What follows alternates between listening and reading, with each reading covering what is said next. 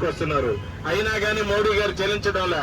ఏ విధంగానైనా నేను మళ్ళీ అధికారంకి వస్తానన్న నమ్మకంతో కార్మిక హక్కుల్ని కోట్ల మంది ప్రజలు నిరసనలో పాల్గొన్నప్పటికీ లెక్క చేయడం లేదంటే అతని అహంకారం ఏ స్థాయిలో ఉందో ఒక్కసారి అర్థం చేసుకోవచ్చు.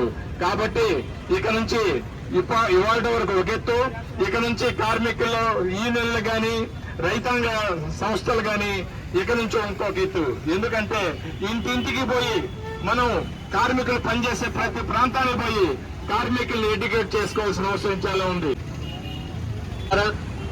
మరియు ప్రియమైన కార్మికులారా, మనందరూ తెలుసు మేడే అంటే 140 సంవత్సరాల క్రితము కార్మికులు పోరాడి రక్త తర్పణం చేసి ఆ రోజు పెరిగినటువంటి సైన్స్ ఆధారంగా 8 గంటలు ప్రయోజనం ఉంటే చాలు, మహిళలు రాత్రిపూట పని చేయకూడదు, పెన్షన్ ఇవ్వాలి, అదేవిధంగా వారికి వైద్య సౌకర్యం కల్పించాలి, వాళ్ళు కార్మిక సంఘాలు ఏర్పాటు చేసుకునే అవకాశం కల్పించాలి.